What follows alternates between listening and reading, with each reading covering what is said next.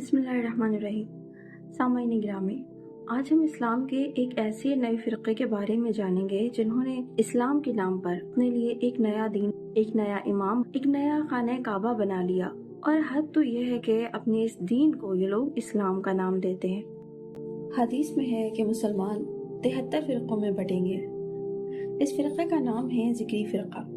ये फ़िरक़ा 450 साल पहले बलूचिस्तान में सामने आया था। इस फ़िरक़े का फाउंडर उत्तर प्रदेश जिले जौनपुर का रहने वाला सैयद मेहदी था। उसका जन्म 1425 ईस्वी में हुआ था।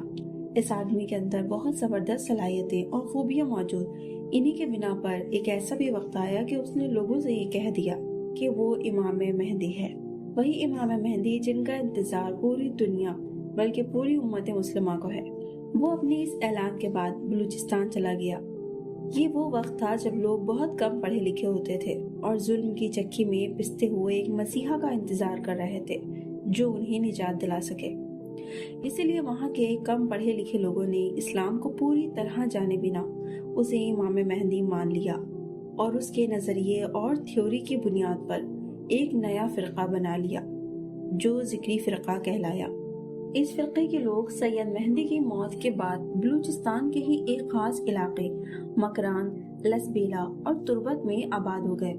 वहाँ इन्होंने अपने अक़ीदों और रस्मों को एक मजबूत ढांचे का रूप दिया, लेकिन ये सब इतना आसान नहीं था।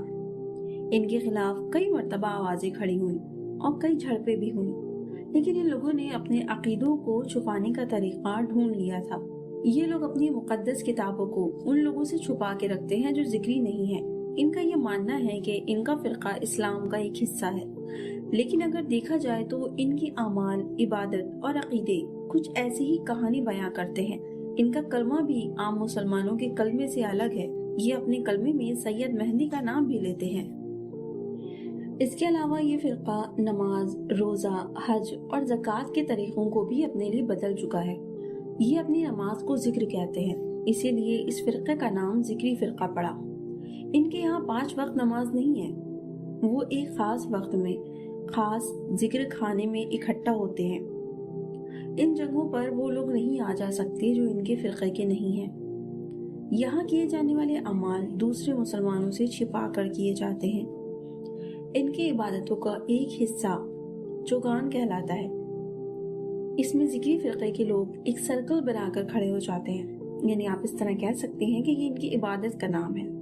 इनकी इबादत का तरीक़ा कुछ यूँ है कि ये लोग सर्कल बनाकर खड़े हो जाते हैं, जिनमें से एक आदमी आवाज़ से बुलंद होकर अल्लाह, रसूल और सैयद जौनपुरी की तारीफ़ें करता है और सर्कल में मौजूद दूसरे लोग इन तारीफ़ों को बार बार दोहराते हैं। इनके यहाँ ये काम रूहानियत की महराज कहलाता है, लेकिन इनका ये काम इस्लामी टीचिंग्स की रोशनी में इस्लामी नमाज से बिल्कुल मेल नहीं खाता।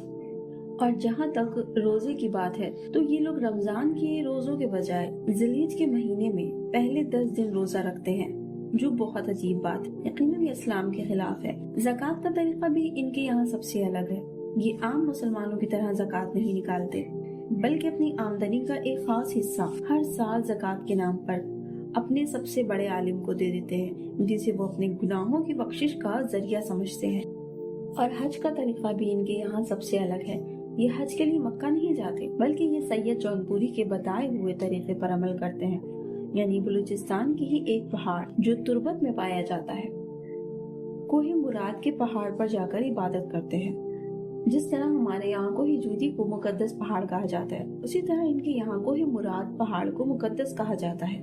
ये लोग वहाँ जाकर एक खास रस्म अदा करते हैं, जिसमें सब मिलकर एक साथ जिक्र करते हैं और चक्कर की शक्ल में, यानी कि गोल दायरा बनाकर इबादत और ऊंची आवाज में कलमा दोहराते हैं। इसी को वो अपने यहाँ हज कहते हैं। इसी से उन्हें रूहानी सुकून मिलता है, जो कि एक मुसलमान को खाने काबा का तवाफ करने से मिलता है।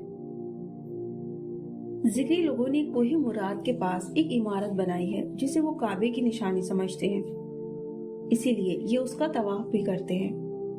कोहे मुराद पर ये लोग रमजान के आखिर में या जिलहिज के महीने में बड़ी तादाद में जाते हैं और काबे के हज की तरह यहाँ भी कई किलोमीटर का पैदल सफर करते हैं। मुसलमान उलमा का कहना है कि यह अमल सिर्फ और सिर्फ गुमराही और इस्लामी टीचिंग्स की काट है। यानी एक तरह का शिर्क है। अब ये देखिए कि इनके यहाँ शादी की रस्में कैसे होती हैं। इनके यहाँ शादी भी आम मुसलमानों की शादियों से अलग होती है। इनके यहाँ शादी को रूहानी मिलन समझा जाता है। इस मौके पर कोई खुतबा या ऐलान नहीं होता।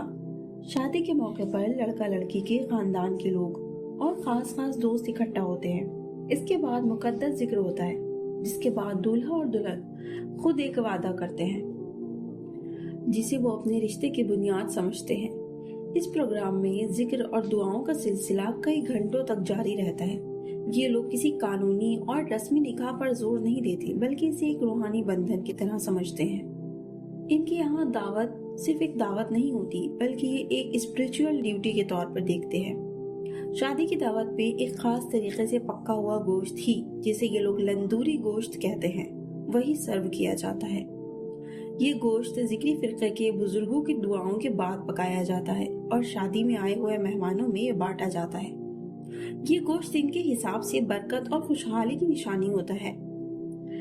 इनके यहाँ नमाज जनाजा नहीं होती, बल्कि ये सब लोग जनाजे के सामने एक साथ इकट्ठा होते हैं, जिसे स्पिरिचुअल गैदरिंग कहते हैं। इनके यहाँ मैयत के लिए एक खास वक्त पर खामोशी के साथ जिक्र किया जाता है, जिसे ये लोग आखिरी जिक्र कहते हैं। ये जिक्र मैयत की रूहानी पाकीज़गी के लिए करते हैं, जिसमें खानदान और करीबी लोग आते हैं। ये बात ध्यान देने की है कि जिक्री फिरका अपने अकीदों को इस्लाम का हिस्सा कहता है, लेकिन इनके अमाल और रस्मी इस्लामी उसूलों के खिलाफ हैं। बहरहाल इसका फैसला तो खुदा के यहाँ होगा। आप लोगों को क्या लगता है?